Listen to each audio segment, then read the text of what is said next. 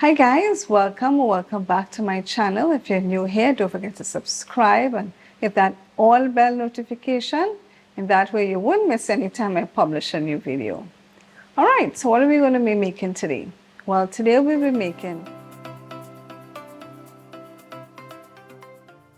how to make your very own dry seasoning. All right, so we have some bush basil here.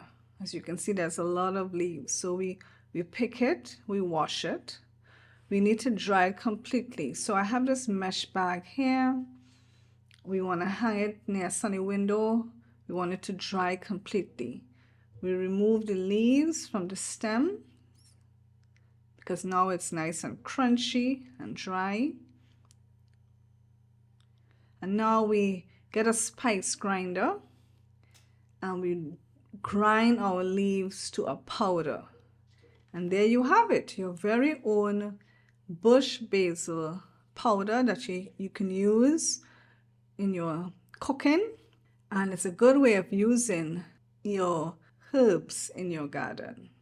So of course, if you have an old container, you can put it in and then you could use it when you're seasoning your meats, etc.